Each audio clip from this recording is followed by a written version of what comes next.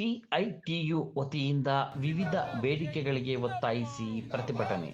ದೇಶಾದ್ಯಂತ ರೈತರ ಮೇಲೆ ಹಾಗೂ ಕಾರ್ಮಿಕರ ಮೇಲೆ ಒಂದಲ್ಲ ಒಂದು ರೀತಿಯಲ್ಲಿ ತೊಂದರೆ ಕೊಡುವ ಸರ್ಕಾರಗಳ ವಿರುದ್ಧ ಇಂದು ಆನೇಕಲ್ ತಾಲೂಕು ತಹಶೀಲ್ದಾರ್ ಕಚೇರಿ ಮುಂಭಾಗದಲ್ಲಿ ಸಿಐಟಿಇ ಸಂಸ್ಥೆಯ ಪದಾಧಿಕಾರಿಗಳು ಪ್ರತಿಭಟನೆ ಮಾಡಿದರು.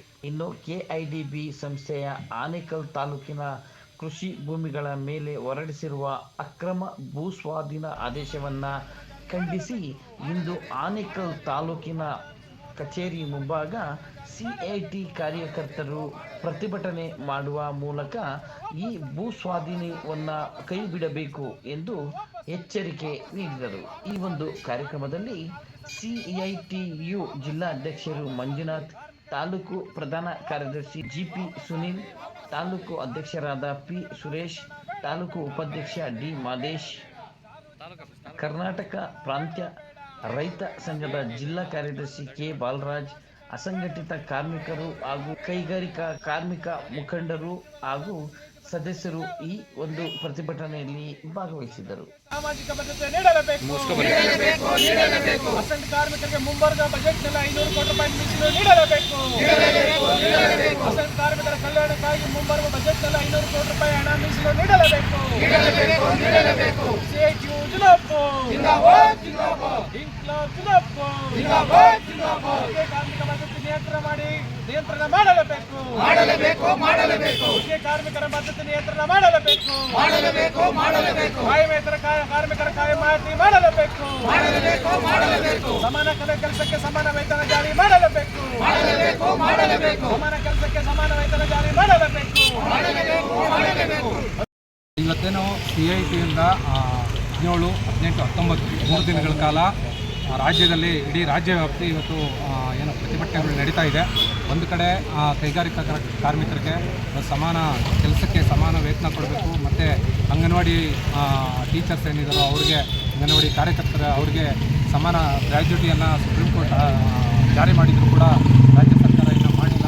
ಇದನ್ನು ವಿರೋಧಿಸಿ ಇವತ್ತೇನು ಇಡೀ ರಾಜ್ಯ ವ್ಯಾಪ್ತಿ ಪ್ರತಿಭಟನೆಗಳು ನಡೀತಾ ಇದೆ. ಮತ್ತು ಒಂದು ಕಡೆ ಕಟ್ಟಡ ಕಾರ್ಮಿಕರಿಗೆ ಏನು ಶಿಕ್ಷಣ ಸ್ಕಾಲರ್ಶಿಪ್ ಅಂತ ಕೊಡ್ತಾಯಿದ್ರು ಅದನ್ನು ಕೂಡ ಸ್ಟಾಪ್ ಮಾಡಿದ್ದಾರೆ. ಮತ್ತು ಮುಂದೆ ಏನು ಅಸಂಘಟಿತ ಕಾರ್ಮಿಕರಿಗೆ ಸಾಮಾಜಿಕ ಭದ್ರತೆ ಕೊಡಬೇಕು. ಅವ್ರಿಗೇನೋ ಅಂಬೇಡ್ಕರ್ ಸಹಾಯಸ್ ಅಂತ ಕಾರ್ಡ್ ಕೊಟ್ಟಿದ್ದಾರೆ, ಅದು ಸಾಕಾಗಲ್ಲ. ಅದ್ರ ಜೊತೆಗೆ ಅವ್ರಿಗೆ ಬೇಕಾಗಿರುವಂಥ ಸೌಲಭ್ಯಗಳನ್ನ ಬದುಕೋದಕ್ಕೆ ಏನೆಲ್ಲ ಬೇಕೋ ಆ ಸೌಲಭ್ಯಗಳನ್ನ ಕೊಡಬೇಕು.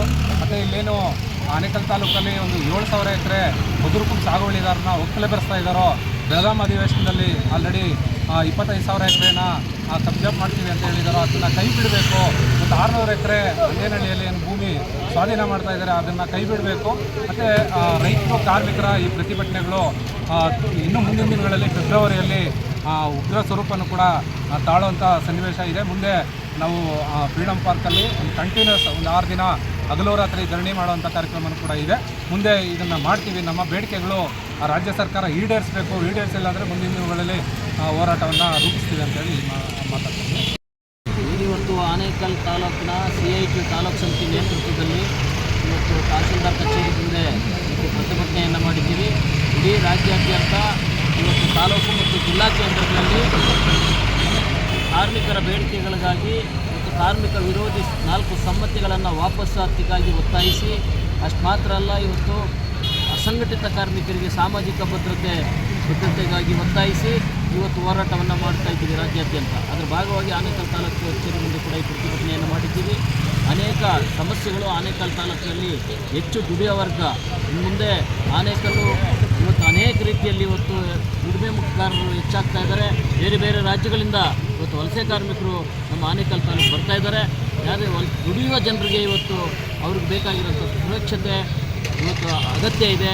ಆದ್ದರಿಂದ ಇವತ್ತು ಏನಾಗಿದೆ, ಎಲ್ಲ ಕಾರ್ಮಿಕರಿಗೂ ಕನಿಷ್ಠ ವೇತನ ಜಾರಿಯಾಗಬೇಕು ಮತ್ತು ಅಸಂಘಟಿತ ವಲಯಕ್ಕೆ ಸಾಮಾಜಿಕ ಭದ್ರತೆಗಾಗಿ ಇವತ್ತು ಕಲ್ಯಾಣ ಕಾರ್ಯಕ್ರಮಗಳನ್ನು ಜಾರಿ ಮಾಡಿಕೊಟ್ಟಿದ್ದಾರೆ ಸರ್ಕಾರ. ಸಮರ್ಪಕವಾಗಿ ಎಲ್ಲ ಜನರಿಗೆ ಅದು ಸಿಗಬೇಕು. ಅಷ್ಟು ಮಾತ್ರ ಅಲ್ಲ, ಆನೇಕಲ್ನಲ್ಲಿ ದುಡಿಯುವ ಜನರಿಗೆ ಇವತ್ತು ಕಾರ್ಮಿಕರಿಗೆ ನಿವೇಶನ ಮತ್ತು ಮನೆ ಸೌಲಭ್ಯ ಇತರೆ ಮೂಲಭೂತ ಸೌಲಭ್ಯಗಳು ಕೂಡ ಕಲ್ಪಿಸಬೇಕು ಅಂತೇಳಿ ಒತ್ತಾಯಿಸಿ ಏನು 27 ಬೇಡಿಕೆಗಳನ್ನು ಸರ್ಕಾರಕ್ಕೆ ಸಲ್ಲಿಸಿದ್ದೀವಿ. ಈ ಬೇಡಿಕೆಗಳೆಲ್ಲ ಇತ್ಯರ್ಥ ಆಗಲಿಲ್ಲ ಅಂದರೆ ಮುಂದಿನ ದಿನಗಳಲ್ಲಿ ಇವತ್ತು ನಾವು ತೀವ್ರ ಪ್ರತಿಭಟನೆಗಳನ್ನು ಮಾಡೋದಿದ್ದೀವಿ ಅಂತೇಳಿ ಒತ್ತಾಯವನ್ನು ಮಾಡ್ತಾ ಇದ್ದೀವಿ. ಮನವಿ ಯಾರು ಸ್ವೀಕಾರ? ಜಿಲ್ಲಾ ಮತ್ತು HCIT ಮನವಿಯನ್ನು ಶಿಸ್ತಾರಾದಂಥ ಚಂದ್ರಶೇಖರ್ ಅವರು ಮನವಿಯನ್ನು ಸ್ವೀಕಾರ ಮಾಡಿದ್ದಾರೆ. ಏನು ಹೇಳಿದ್ರು, ಏನು ಭರವಸೆ ಕೊಟ್ಟರು? ಅವರು ಈ ಕೂಡಲೇ ಸರ್ಕಾರಕ್ಕೆ ನಿಮ್ಮೆಲ್ಲ ಬೇಡಿಕೆಗಳನ್ನು ಇವತ್ತು ಸಲ್ಲಿಸ್ತೀವಿ ಅಂತೇಳಿ ಪ್ರಸ್ತಾಪ ಮಾಡಿದ್ದಾರೆ. ಇಡೀ ರಾಜ್ಯಾದ್ಯಂತ ಜಿಲ್ಲಾ ಹಾಗೂ ತಾಲೂಕು ಕೇಂದ್ರಗಳಲ್ಲಿ CIT ನೇತೃತ್ವದಲ್ಲಿ ರಾಜ್ಯಾದ್ಯಂತ ಪ್ರತಿಭಟನೆಯನ್ನು ಹಮ್ಮಿಕೊಳ್ಳಲಾಗಿದೆ.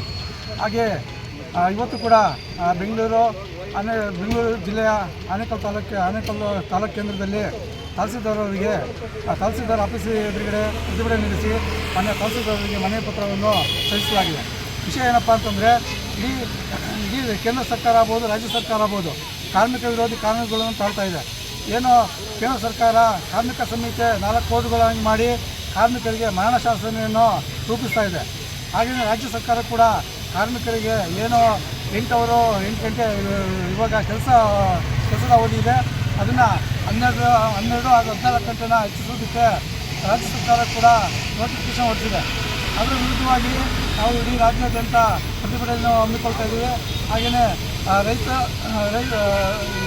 ರೈತರದು ಏನು ಕನಿಷ್ಠ ಬೆಂಬಲ ನೀಡಬೇಕು ಮತ್ತು ಸ್ವಾಮಿನಾಥನ್ ಆಯೋಗ ವರದಿನ ಇಡೀ ರಾಜ್ಯಾದ್ಯಂತ ಜಾರಿ ಮಾಡಬೇಕಂತ ನಾವು ಹಲವಾರು ಬಾರಿ ಕೇಂದ್ರ ಹಾಗೂ ರಾಜ್ಯ ಸರ್ಕಾರವನ್ನು ಒತ್ತಾಯ ಮಾಡ್ಕೊಂಡ್ಬರ್ತಾ ಇದ್ದೀವಿ. ಇದುವರೆಗೂ ಕೂಡ ರೈತರ ಕನಿಷ್ಠ ಬೆಂಬಲ ಬೆಲೆ ಆಗ್ಬೋದು, ಸ್ವಾಮಿನಾಥನ್ ಆಯೋಗ ಜಾರಿ ಆಗ್ಬೋದು, ಎರಡೂ ಕೂಡ ರಾಜ್ಯ ಹಾಗೂ ಕೇಂದ್ರ ಸರ್ಕಾರಗಳು ಮಾಡ್ತಾ ಇಲ್ಲ. ಇಡೀ ಏನು ಆನೇಕಲ್ ತಾಲೂಕಿನ ಸರ್ಜಾಪುರದಲ್ಲಿ ಹೊಸದಾಗಿ ಚೆಕ್ ಪಾರ್ಕ್ ಮಾಡ್ತೀವಿ ಅಂತ 1050 ಎಕರೆನ ರಾಜ್ಯ ಸರ್ಕಾರ ವಶಪಡಿಸೋದಕ್ಕೋಸ್ಕರ ಪ್ರಯತ್ನ ಮಾಡ್ತಾ ಇದೆ. ನಾವು ಕೂಡ ಪ್ರತಿಭಟನೆಯಿಂದ ಇಡೀ ರಾಜ್ಯಾದ್ಯಂತ ಅದಕ್ಕೋಸ್ಕರ ಹಮ್ಮಿಕೊಳ್ತಾ ಇದ್ದೀವಿ. ಮತ್ತು ಭೂ ಸ್ವಾಧೀನ ವಿರೋಧಿಸಿ ನಾವು ಕೂಡ ತಾಲೂಕು ಆಫೀಸ್ ಮುಂದೆ ಅನಿಷ್ಟಾವಧಿ ನಾವು ಕೂಡ ಪ್ರತಿಭಟನೆಯನ್ನು ಹಮ್ಮಿಕೊಳ್ಬೇಕಂತ ತೀರ್ಮಾನ ಮಾಡಿದ್ದೀವಿ. ಇದ್ರ ಭಾಗವಾಗಿ ಇವತ್ತೇನೋ ಸಾಂಕೇತಿಕವಾಗಿ ಪ್ರತಿಭಟನೆ ನಡೆಸಿದ್ದೀವಿ. ಫೆಬ್ರವರಿ 18ರಿಂದ 22ರವರೆಗೂ ಫ್ರೀಡಮ್ ಪಾರ್ಕ್ನಲ್ಲಿ ಈ 1 ವಾರಗಳ ಕಾಲ ಎಲ್ಲ ಸಾಮೂಹಿಕ ಸಂಘಟನೆಗಳಾದ ಅಂಗನವಾಡಿ, ಬಿಸಿ ಊಟ ಮತ್ತು ಗ್ರಾಮ ಪಂಚಾಯತಿ ನೌಕರರು ಮತ್ತು ಕಟ್ಟಡ ಕಾರ್ಮಿಕರು, ಇತರೆ ಅಸಂಘಟಿತ ಕಾರ್ಮಿಕರು ಮತ್ತು ಕೈಗಾರಿಕಾ ಕಾರ್ಮಿಕರು ಎಲ್ಲ ಸೇರಿ ಫೆಬ್ರವರಿ 18ರಿಂದ 22ರವರೆಗೂ 1 ವಾರಗಳ ಕಾಲ ಅನಿಷ್ಟಾವಧಿ ಮುಷ್ಕರವನ್ನು ಮಾಡಬೇಕಂತ ಅಂದ್ಕೊಂಡಿದ್ದೀವಿ. ಅದು ಕೂಡ ಇಡೀ CIT ರಾಜ್ಯ ಸಮಿತಿ ನೇತೃತ್ವದಲ್ಲಿ ಅದು ಕೂಡ ನಡೀತದೆ ಅಂತ ಹೇಳಿ ಮಾತು ಹೇಳಿ ಭೂ ಸ್ವಾಧೀನ ಮಾಡ್ತಾ ಇದೆ. ಸರ್ಕಾರಗಳು ಇವತ್ತು ಹೇಳಬೇಕಂದ್ರೆ ರೈತರ ಹೆಸರು ಹೇಳ್ಕೊಂಡ್ಬಂದು ರೈತರನ್ನೇ ಇವತ್ತು ಕಬ್ಜಾ ಮಾಡೋಂಥ ಕೆಲಸ ಮಾಡ್ತಾಯಿದೆ. ಮುಂದಿನ ದಿನಗಳಲ್ಲಿ ಎಲ್ಲ ರೈತರು ಒಗ್ಗಟ್ಟಾಗಿ ಈ ಭೂಮಿನ ಬಿಡೋದಿಲ್ಲ ಅಂತೇಳಿ ಮುಂದಿನ ದಿನಗಳಲ್ಲಿ ಫೆಬ್ರವರಿ ತಿಂಗಳಲ್ಲಿ ನಾವು ಹೋರಾಟ ಹಿಡಿತೀವಿ. ಅದು ಬೆಂಗಳೂರಿನಲ್ಲಿ ನೋಡಬೇಕಾದ್ರೂ ಪರೇಡ್ ಹೆಂಗಿರ್ತದೆ ಅನ್ನೋದು ಅಂತ ಹೇಳಿ ನನ್ನ ಹೆಸರು ಬಾಲರಾಜು ಅಂತ, ಕರ್ನಾಟಕ ಪ್ರಾಂತ ರೈತ ಸಂಘ ಕಾರ್ಯದರ್ಶಿಯಾಗಿ ನಾನು ಹೇಳ್ತೇನೆ. ಅದು ಎಲ್ಲ ಕಾರ್ಮಿಕ ಮುಖಂಡರೊಂದಿಗೆ